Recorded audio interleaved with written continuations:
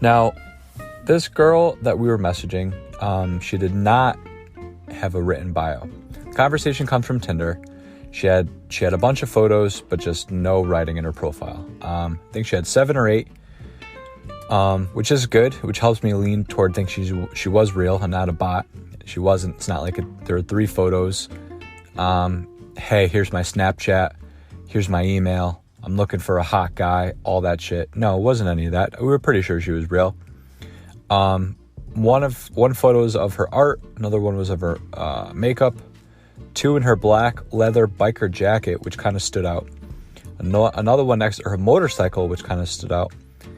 One with her pit bull, and I forget the other ones. But when someone doesn't have a bio, it makes it tougher to find a good opener. There's nothing to go from. Or does it?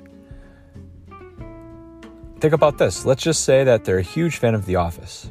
And for those of you that are regular listeners know that I love The Office as much as the next guy, but I hate for it to be referenced in a dating profile. But let's just say she does. That would mean 9 out of 10 guys are mentioning The Office in their opening statement, right? And if we were a dummy, we would be too, or we should be too. But now, with nothing in her profile, it leaves the door wide open to take the conversation anywhere we want to go.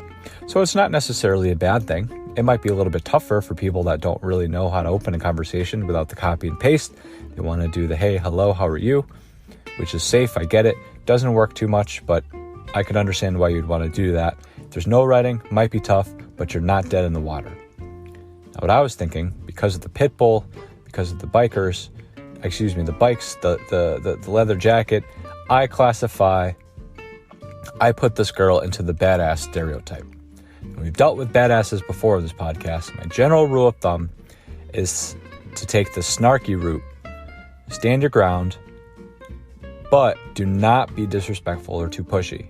I found that they want someone that could keep up, someone that isn't afraid to take a risk or two, but knows when to take a step back and let them take the lead. I already knew what she was going to say when I gave her the choice in this opening message you're about to hear. But it felt good.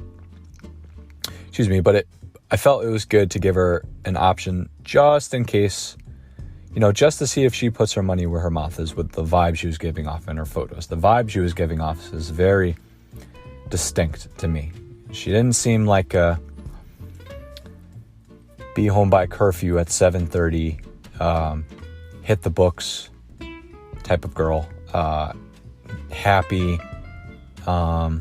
wineries, sundresses. I wasn't really getting that vibe. This is more of, hey, I'm the shit. I want you to be the shit. I like pit bulls. I like motorcycles. I got a leather jacket. Come mess with me. That type of thing. So, all that being said, I hit her with this. Julia, based on that leather jacket, I think I could get away with sending a snarky opening message and you'll be fine. It's a gamble, I admit it, but what should I do? So I give her an option. Knowing what she's going to say. I know she's going to want to hear it. So she replies, I say go for it. And then I say, which is very risky, but this is what I say. Is there a ring in your nose because nobody will put one on your finger? I hope not. You don't need no man. So let's take a moment. Let's take a moment of think of how risky that message is. I recognize I don't mind taking a shot. I don't mind taking a shot if it could pay off. She needed a message that is going to grab her attention, shows that you're not a pushover. And this is a good testing of the waters to see if, where her sense of humor is at. I feel like anything could be funny. I think that there's some things that are tough. Hot topics, of course, abortion, gay marriage, domestic violence, gun control, all the hot topics, right? That they're delicate situations, they're delicate topics. But, I find a lot of things funny, but I also think about why, being a white male, middle class, Catholic, straight, like a lot of things I'm not too sensitive about besides religion. That's my thing I get sensitive about. So, but when I hear a stand-up comedian talk about religion, I think to myself, oh God, that's not funny. But why isn't it funny? Just because it, hits home with me? No, it's still a good quality joke, which I try to recognize. So we're in this message here, we're trying to see where she's at, see if she could handle a joke. And I'm guessing she realizes that we're being playful. It's not really attacking her character. We know nothing about this girl. We're not calling her names. We're not being gross.